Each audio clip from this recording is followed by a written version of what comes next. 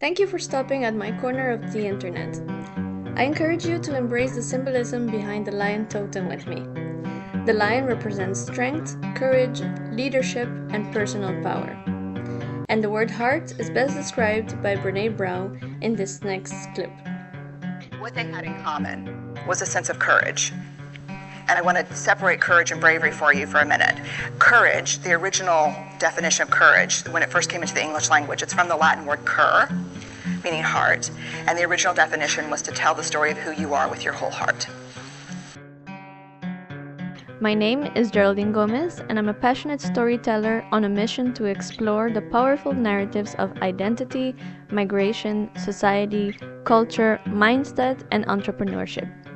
I'm inspired by the journeys, insights, and transformations that shape who we are, and I can't wait to share these with you. Without further ado, I want to welcome you to the Lion's Heart podcast.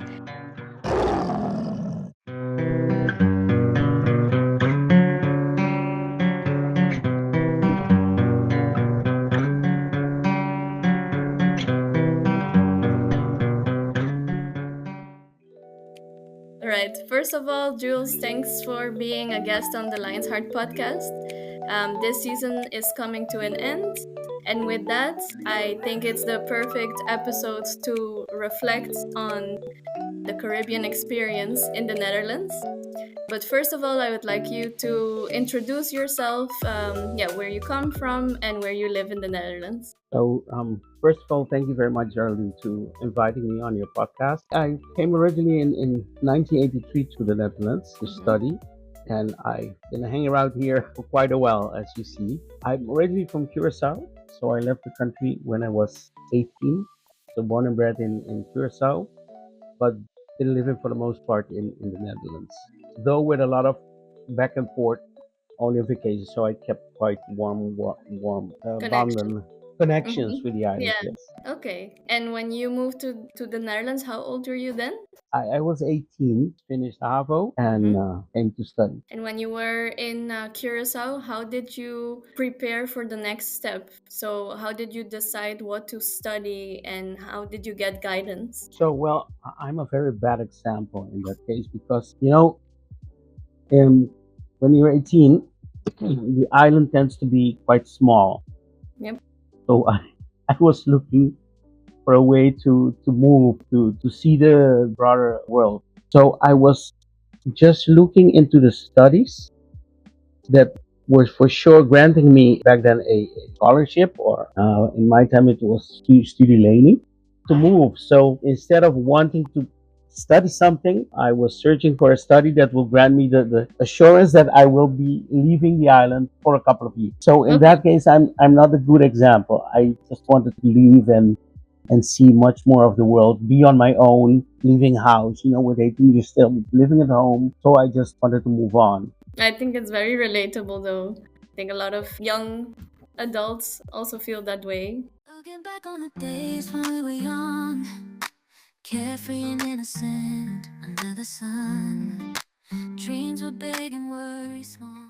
Yeah, so I'm curious, when you decided to study, how did you choose the city in the Netherlands? It was both because the study was, I arrived in The Hague and studied in The Hague. I'm still living in The Hague. But so the study was back then, one of the cities that HAO was The Hague, and that also had the study of my choice. Back then it was called Bedrijfskundige Informatica. And I had a cousin living in The Hague. So I had, together with him, I could have a house immediately. So that was basically the reason for my choice. Okay, and once you arrived in the Netherlands, how was that transition? It was reflecting, though it was exciting, but reflecting, it was awful in the sense that the first 2 weeks, it's like vacation, meeting people, seeing stuff. But then when you start realizing that there is no, no returning for the moment, that is when I really got homesick. I really missed the island. I was dreaming of things that I used to do,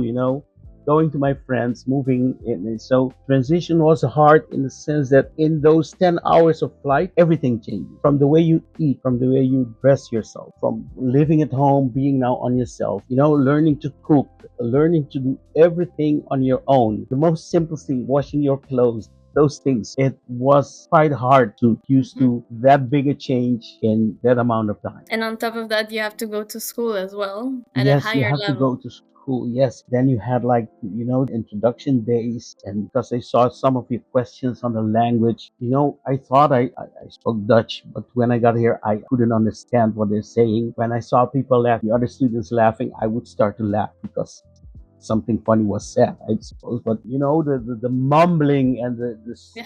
fast talking, it was quite hard. Then I realized I couldn't speak Dutch. And how did you deal with that? Did you take steps to improve your language? And also Uh, with the other tasks that you mentioned, like cooking and everything else, how did you make steps in that? well, you don't have a choice. You must move on. So my first drumstick was like black on the outside and red on the inside. So I scraped off the black and just ate the more because I was hungry and I needed to eat. And there was no other help. You don't know people, so you must do it all by yourself.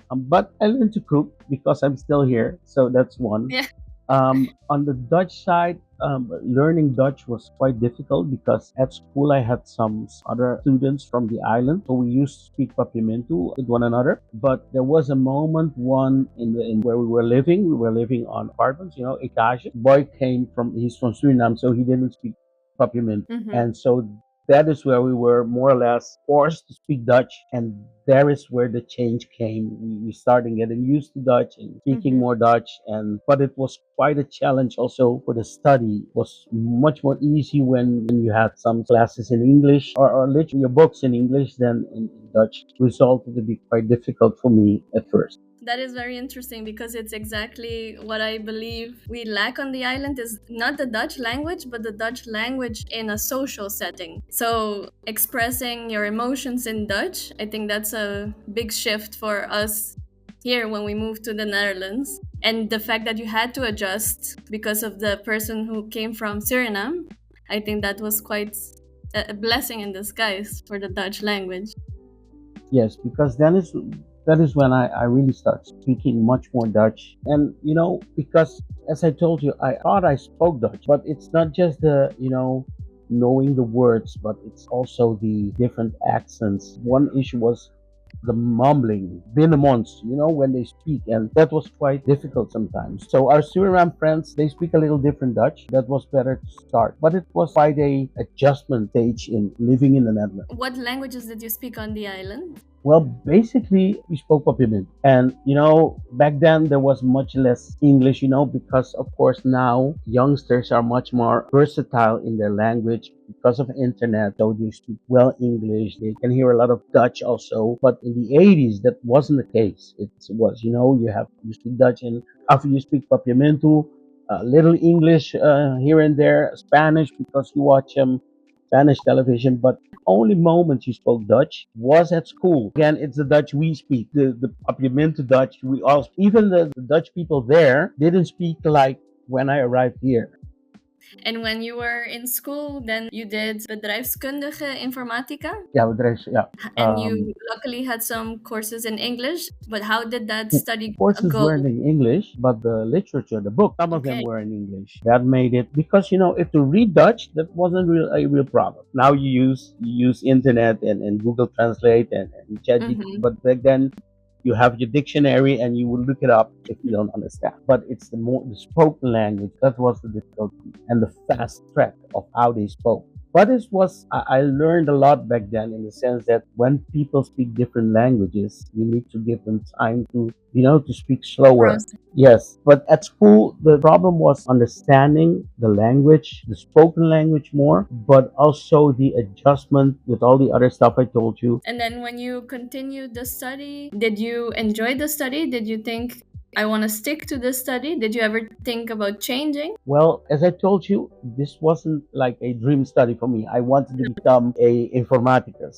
To the contrary, I was bad in mathematics. I I was very bad in statistics. So part of the study was impossible. The other parts of the study, the more alpha side, like law and like languages, there was where I was better. So the first year I didn't make it because of all the adjustments. I really tried. I worked hard, but it was simply too difficult to adjust. And I don't know how now they have in the Hague they have programs to assist the students, but back then it's more on your own. So I had little help in the beginning. Reflecting, I really missed that additional assistance being in that situation. As I can read now, they have more programs to do that, but it's still quite difficult. Yeah, I think I see some positive changes, but indeed, this is one of the reasons why I wanted to have the podcast is, yeah, to warn the community, especially the parents, to prepare their children better. Of course, for the studies, but everything around the studies that makes the studies more difficult. You So, yeah. know,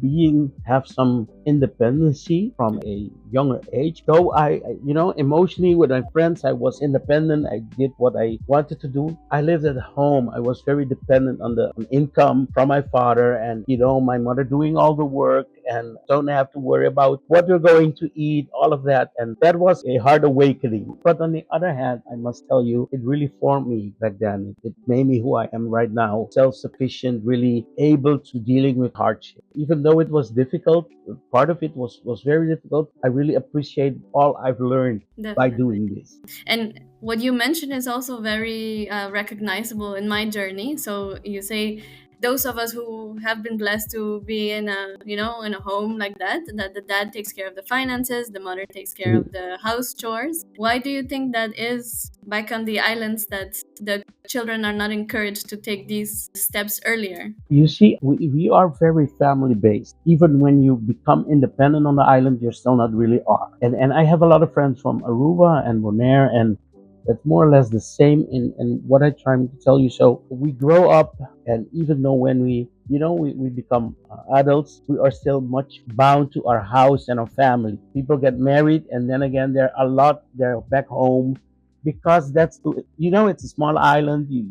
We are very much family based. Instead, in countries like the Netherlands, I believe it's very normal to when you reach a certain age, the parents want you to move and live Yeah, on your own. So that's a cultural difference, and we don't have that. We will stay at home until forever. we maybe want to go, or it is never that our parents say, now you have to move. Yeah, Well, in my experience, of course, I cannot speak for everybody, but in my experience, that's more our part of our country, our culture, that you stay at home until you get a partner or you get married, and mm-hmm. then people tend to leave. But otherwise, even sometimes they get a partner, and instead of leaving, the partner will move in at That's home. true. So, That's true. Yeah. we're it's part of who we are. We're not so having to live on our own and becoming also homesick because a Mm-hmm. lot of people really miss their family. It's not just, all the adjustment, it's the missing of our people we love. I can remember there was a study long, long time ago, and one of the ethnic groups most suffering of homesickness was the Antillean people. Mm. Because we're very family based, we grow up with our family, our cousins, as if they're brothers. They come to us and we go to them. And so leaving the islands, we leave everything. When I was looking for the study that my guest mentioned, that was conducted in the 80s, about Antillean people being the ones who experienced the most homesickness in the Netherlands, I couldn't really find anything. But I did find a book called Lost Illusions: Caribbean Minorities in Britain and the Netherlands. The author is Professor Emeritus Colonial and Postcolonial History, Gert Oost-Indië, and this book was published in 1988. A chapter from this book that is cited often is called Caribbean Migration to the Netherlands: A Journey to Disappointment. Oost-Indië's chapter specifically explores the migration to the Netherlands, detailing the sometimes disappointing realities faced by Surinamese and Antillean immigrants who often arrived with high expectations but encountered difficulties like discrimination, unemployment, and social adjustment issues. More recent studies, such as the one conducted by the Nationale Ombudsman, also highlights homesickness as one of the biggest hurdles Caribbean students face in the Netherlands. Let's get back to the episode. And how did you deal with homesickness back in the day? Because for me, for example, it took me 6 years to learn that what I was feeling was homesickness. It wasn't like it's so many adjustments that I Hmm. didn't really recognize right away. Like, oh, it's November, it's winter, I'm homesick. It took me Yeah. 6 years to really recognize it. So I'm wondering, how was that for you, and how did you deal with homesickness? I really recognize it quite fast because in the 80s, when I came to the Netherlands, we did not have internet and voice calling and a virtual conference. We, the telephone and writing letters. So as a gift, when I came to the Netherlands, my mother gave me a block note to write letters. It was these very thin blue pages. In the block note, I don't really know the English word for that. Mm-hmm. My mother gave me for me to write her when I'm in Holland. She wrote a letter. She wrote for me, be careful, search for God, those things. And then it really hit me hard. I started crying like a baby back then because so then I also know I was just really missing home, and I was dreaming stuff that were real normal life things, walking to friends of mine, walking to neighbors, became a dream. And in my dream I was telling myself this is not a dream. So then I was sure it was homesickness. So how I dealt with that, the next summer in 84 I returned for the summer vacation. I returned home for 6 weeks. So being there, before it's like Left. you never left. But after 4 weeks, the emptiness of the island of, is this all there is on the island, started again after 4 weeks. And after 4 weeks I was telling myself I want to leave again. And that was the remedy for me. When I came back after the summer vacation of 84, it was all gone. I didn't miss home. Of course you miss your family, but I didn't miss them like, the period of really homesickness. So that was for me, lucky for me that it just That was lasted a a couple of cure. months. But I detected it right away. I said, oh, I'm missing home. So I did everything I could. I borrowed money here and there so I could make it Mm-hmm. for that 84, for that first summer holiday. So I went back. Yeah. And when I returned in 84 in end of August, it was gone. Mm-hmm. I wanted to stay. Okay, so I think in order to proceed, it's important to define our terms. So, what is homesickness? Homesickness is a psychological condition characterized by a longing for one's home or familiar environment, often accompanied by feelings of anxiety, sadness, and loneliness. It typically arises when an individual is separated from their home, family, or community, leading to emotional distress and a desire to return to familiar surroundings. Homesickness can manifest in various ways, including physical symptoms, emotional disturbances, and difficulties in adjusting to new environments. So, what I find interesting with homesickness is that it can be a very complex feeling, especially at a stage when you move away from your nest and you are going to university, you're entering your first year. And if I refer it back to myself, for example, I was eager to leave the island since I was, let's say, 16 or 17 years old. So I knew that being away from the island was exactly where I was meant to be, where I wanted to be. But because there were so many moving parts, and because I didn't find the right study right away, because I had to get used to the cold weather, I found it difficult to pinpoint. Some people find it quite easy to pinpoint, like my guest on this episode. He knew exactly when he started feeling homesick. He was missing his home, he was missing the island, missing visiting friends. And for me, that was quite different. I had all my friends. We basically moved to the same city, but I was still trying to find the study for me. And I think, yeah, this is what makes homesickness, in my opinion, quite a complex and interesting emotion. While browsing the internet, I found on Psychology Today that One of the risk factors for homesickness is expecting to be homesick. As someone who would like to provide information to the public and to inform students and their parents on how to mitigate this feeling, how to prepare for it, this sentence sounds like a catch 22 for me. But at the end of the day, I think it can't hurt to inform the public and to prepare for it. So I also found a PDF on homesickness, and I will leave that in the show notes. And I think this is quite useful. And at the end of it, you see a W graph, and I will go through the stages of this graph. The first stage is the honeymoon stage. This typically occurs when you first arrive on campus. You may be nervous but excited to start on your journey. The campus community is fun and welcoming. You may be a little homesick, but there are enough fun things to do that keep you feeling positive. Stage 2, cultural shock stage. After a while, the excitement wears off and you start to deal with all the adjustments of college life, such as coping with roommates, eating in the dining hall, and going to classes.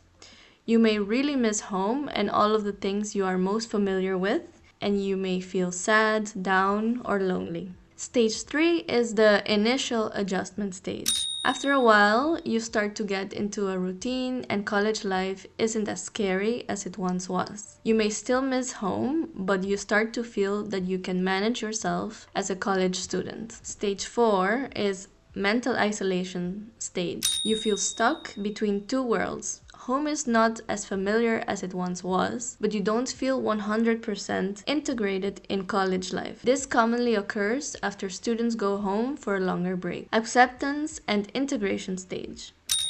You start feeling connected to your campus community. You may have a solid group of friends and start feeling like the university is your home. You have successfully adapted to college life.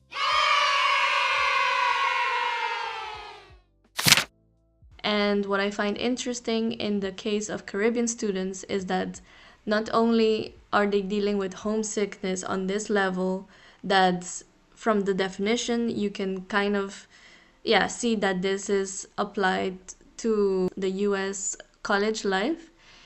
When you move from an island to a big continent, post-colonial migration, there's that layer. Then there's the layer of integrating into a Dutch society while you yourself have grown up in the Caribbean. And there's another layer of adjusting to seasons. Winter. This transition that takes place with Caribbean students. The initial adjustment stage and the mental isolation stage. How quickly does that happen for Caribbean students? And does it happen at the same time as the hardest part of a lot of people's first winter? All right, let's get back to the episode. Okay, so then you came back in the summer of '84, and you were cured, and you were ready to start again with the study. And how did it go this time? Well, I made it the second year. The second time I did the first year was good, no problems. Nice. Um, but then the next part of the decision I took to study something that I wasn't really interested in Mm-hmm. came because I had no motivation whatsoever to continue that study. And I couldn't switch back then. You couldn't switch from HBO to the university. So I was a little stuck, and I wanted to stop. So after the third year, I just stopped my study. I was, Mm-hmm. more on that path on getting to know yourself, searching for God, searching for life questions. The questions I Mm-hmm. had when I was on the island, like, this island is too small, and then it's more the life questions. What am I doing here? Because you see, I wasn't raised rich, but we weren't poor also. So I was always asking myself, what is the sense of living, what is the purpose of living? So that's when I start searching, searching religion, searching in the Bible study. So that took me on a complete new path. And I realized much later, a couple of years ago, that one thing that also prevent me from studying was I had like something like ADD, you know Yeah, ADD. attention Um, deficit disorder. Yes, because it was really hard. Always from a very young age, it was always hard for me to concentrate. And I Mm-hmm. always thought something is wrong with me. But with you manage to do stuff on our island back then, it's not like, oh, he has something. It's no, it's a malamucha, Yeah, it's a of drug, course. that's so it's more like that. That made my path in studying quite difficult. Thank you for listening. This was part 1 of my conversation with Jules. Stay tuned for part 2.